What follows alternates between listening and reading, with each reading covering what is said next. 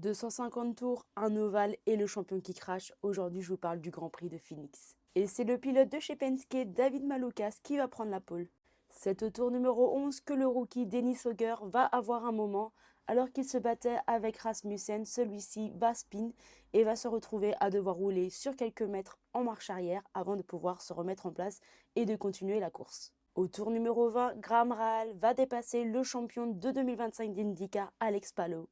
Suite à ce dépassement, VK va essayer quant à lui de le dépasser en même temps.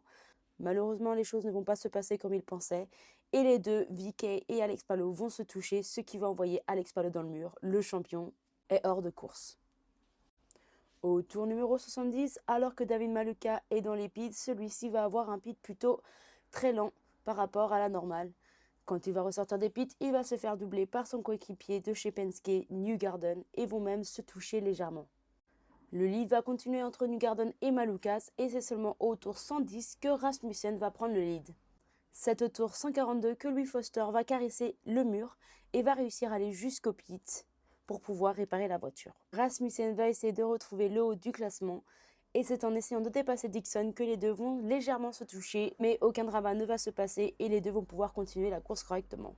Au tour 207, Rasmussen va lui aussi toucher le mur suite à un contact avec Will Power.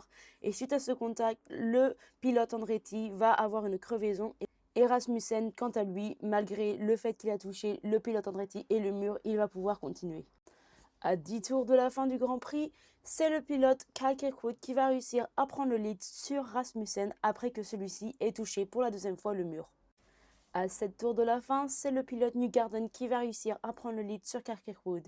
Au final, c'est le pilote du coup Penske, Newgarden, qui va remporter la course devant Kirkwood avec l'équipe Andretti et son coéquipier qui était parti en pole, David Malukas.